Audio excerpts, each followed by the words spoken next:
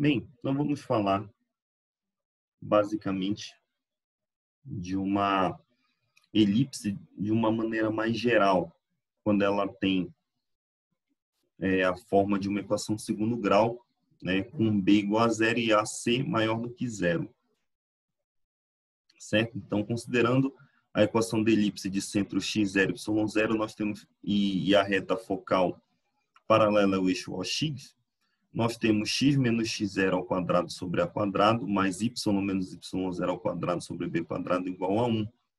Desenvolvendo essa equação, nós temos o seguinte, nós temos esses elementos aí. Veja que nós temos uma equação de segundo grau geral, né? Então, o termo xy, ele não está presente nessa equação, e AC possui o mesmo sinal, né?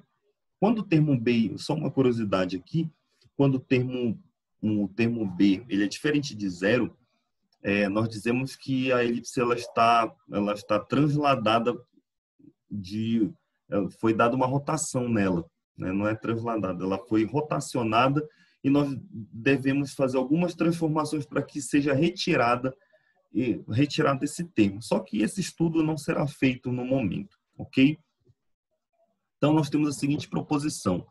Se os coeficientes A e C da equação segundo grau, ax quadrado mais cy mais dx mais ey mais f igual a zero, tem o mesmo sinal, então a equação representa um dos seguintes conjuntos. Ou é uma elipse com eixos paralelos aos eixos coordenados, ou é um ponto, ou é o conjunto vazio. Certo? Então, nós devemos analisar caso a caso o que acontece com isso e faremos a demonstração em seguida. Então, os casos em que a equação de segundo grau, dessa forma, com AC maior que zero, representa um ponto ou conjunto vazio, são denominados casos degenerados da elipse, ou seja, são elipses, mas elas não estão na sua forma completa, ok? Então, vamos à demonstração. Demonstração um pouco técnica, mas vamos lá. Consiste basicamente em completar quadrados para que a gente possa obter uma elipse do jeito que a gente estava fazendo nos exercícios. Então, observe que vamos dividir a equação por AC, certo?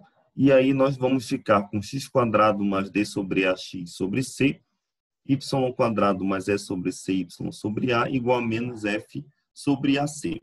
Então, a gente já está quase encaminhando a equação da elipse. Então, vamos completar os quadrados, certo? Os termos que foram adicionados estão em azul, ok? No primeiro e no segundo membro eles foram adicionados e, basicamente, nós fizemos um reagrupamento para que nós tivéssemos o quê? X mais d sobre 2a ao quadrado sobre c, mais y ao quadrado mais e sobre 2c elevado ao quadrado dividido por a. Isso daí vai me dar c quadrado menos d quadrado mais ace quadrado mais 4af afc quadrado sobre 4a quadrado c ao cubo, né? No segundo membro. Então, vamos chamar o numerador do segundo membro de m, ok? E deixar o denominador no segundo membro conservado, certo? Então, nós temos que m, nós chamamos de m todo aquele termo. Então, se esse m é zero, nós temos que aqui, essa equação que apareceu anteriormente representa um ponto, né?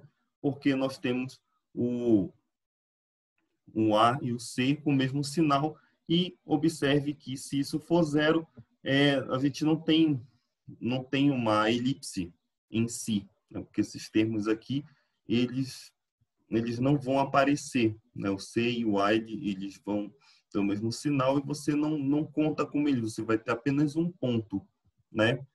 E caso não seja zero, nós temos o seguinte, nós podemos basicamente dividir os dois membros por m sobre 4a quadrado c ao cubo, né?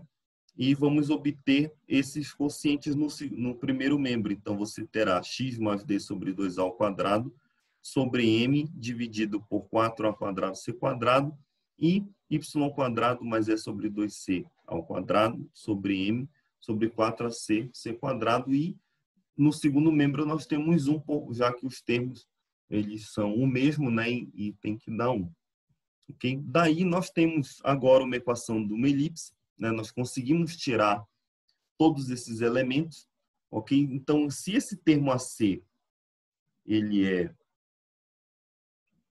é maior do que zero, então você vai ter o seguinte: na equação vai representar elipse de eixos paralelos aos eixos coordenados no centro e centro no ponto menos D sobre 2A e menos E sobre 2C, no caso de MC positivo, e de MC negativo, a equação que acabamos de representar, que é essa, né, que foi chamada de equação 3, representa o conjunto vazio, né, já que a gente não tem pontos que satisfaçam isso, né? No caso, esse termo sendo negativo, nós não temos aqueles quadrados, pontos que satisfaçam aquilo ali, né? Então, com isso, nós terminamos essa demonstração, né? Nós temos uma equação geral, né?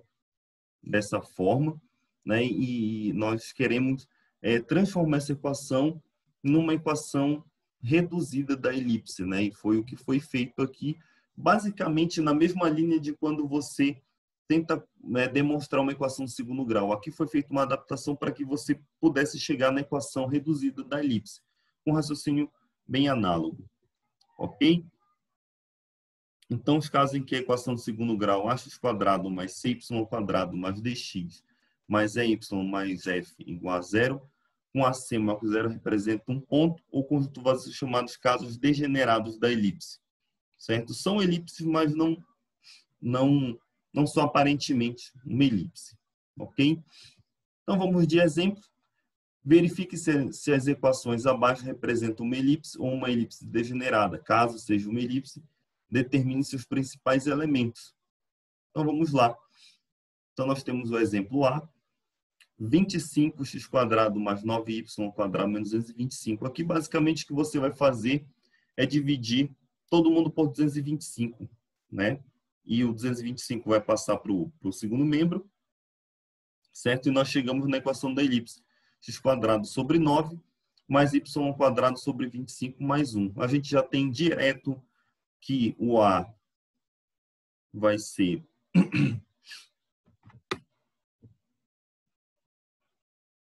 vai ser 5, né? No caso aqui você tem, tá trocado, né? Mas tudo bem. Então você tem que o A é 3 e o B é 5, né? E o C vai ser 4. Mas veja que se o B fosse, se o A fosse 5, a gente não teria, né, essa relação